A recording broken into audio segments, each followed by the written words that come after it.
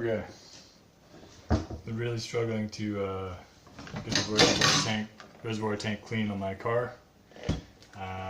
This seems to be working okay. Got a $1 brush from the dollar store. Cut off the end so that it fits into the drill. And a little bit of dish detergent, dishwasher detergent, so it doesn't get so foamy. Seems to be doing the trick so far.